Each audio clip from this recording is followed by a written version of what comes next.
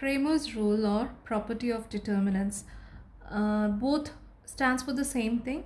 And how do we solve a system of equations by using Cramer's rule is, say for example, suppose our system of equations is given by a1x plus b1y plus c1z equal to d1, a2x plus likewise. And how do we find out the value of x, y and z is by using the formula dx by d, dy by d and dz upon d, where D is the determinant of the coefficient matrix. How do you find the coefficient matrix? Is take the coefficients of x, y and z row wise. So you can see the first row coefficients are a1, b1, c1. Second row is a2, b2, c2. Third row is a3, b3, c3. So you take out all the coefficients and put it in the determinant format. Now dx, how do we calculate dx is you replace this x column with the constants column. What are our constants are d1, d2 and d3. So the first column gets replaced by d1, d2 and d3. And the remaining y and z values are the same.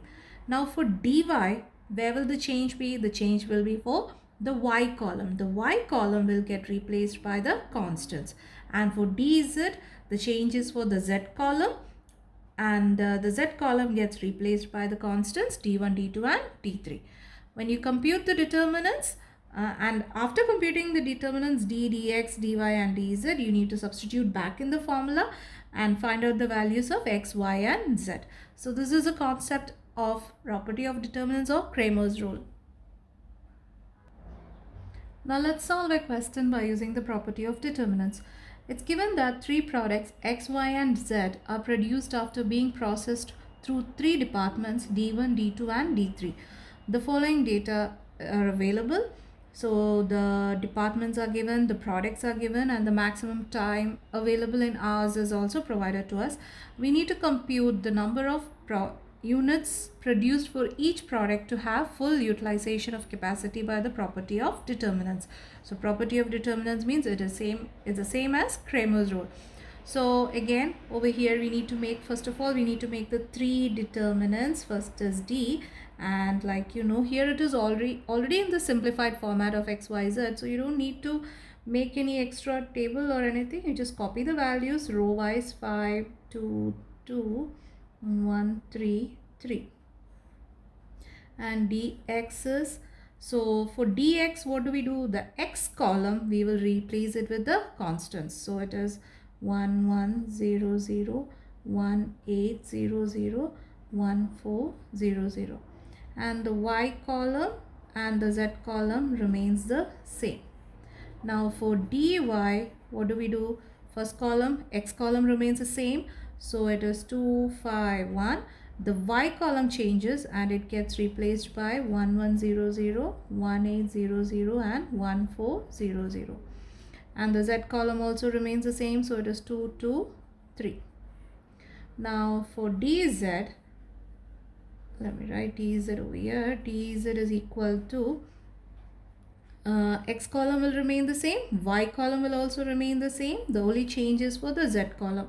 So it is 2, 5, 1, 1, 2, 3 and 1, 1, 0, 0, 1, 8, 0, 0 and 1, 4, 0, 0.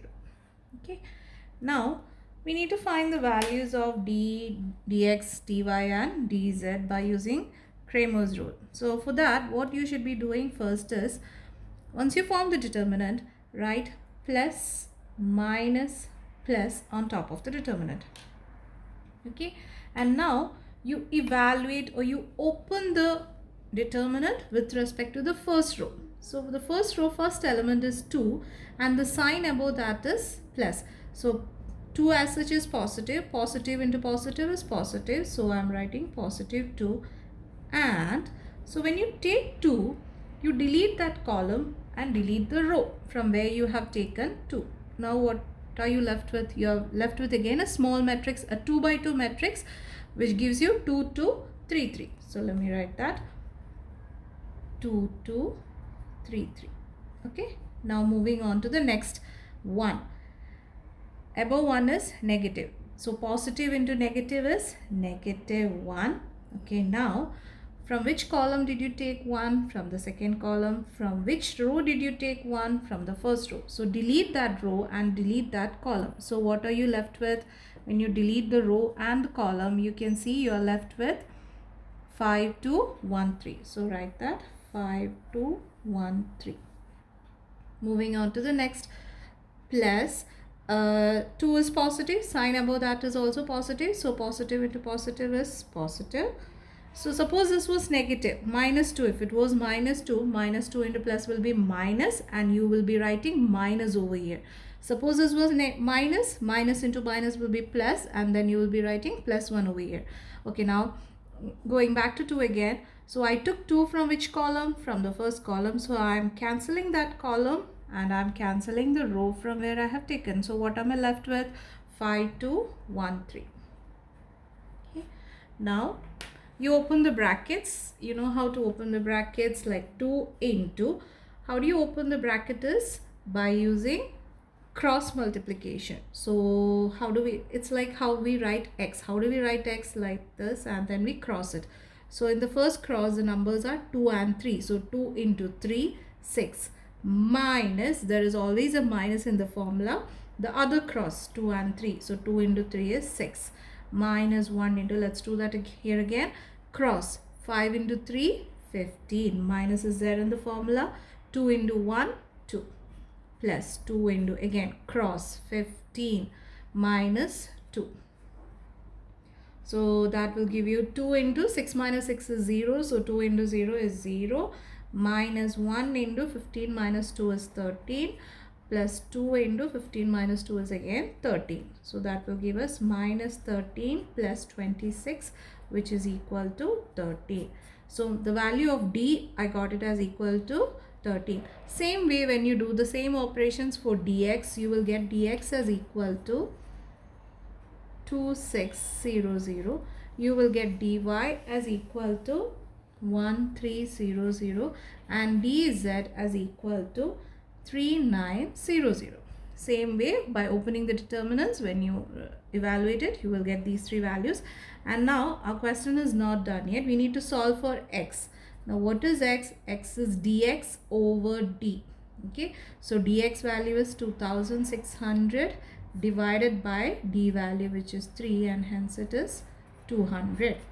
Now y is equal to dy divided by d. So 1300 divided by 13, that will give you 100. Now z is equal to dz by d. So 3900 divided by 13, which is equal to 300. Now we got the values of x, y and z. How do we verify whether our answer is correct or not? Put it back in the question. 2 into 200, 400 plus 100, 500 plus 600, 1100. Same way, when you substitute, you can verify whether your answer is correct or not. And also always keep one thing in mind. The question talks about number of units of a product, and we know number of units of a product can never be negative. It can be equal to 0, but it will never be equal to a negative number. So if you get, while doing a number of units, time related or money related question using Cramer's rule, if you evaluate and if you get a negative answer, then for sure your calculation will be wrong, and please do recheck the calculation. And one more thing, Cramer's rule mostly follows a pattern. How do you identify that? See, our d value is 13. dx is a multiple of 13. 13 into 200 is what is 2600. Again, 13 into 100 is what is 1300. So it's basically all the values that we got are multiples of our d value. So if your d value is correct, you can always, 99% of the questions, you can observe this pattern. Hope you understood, and thank you.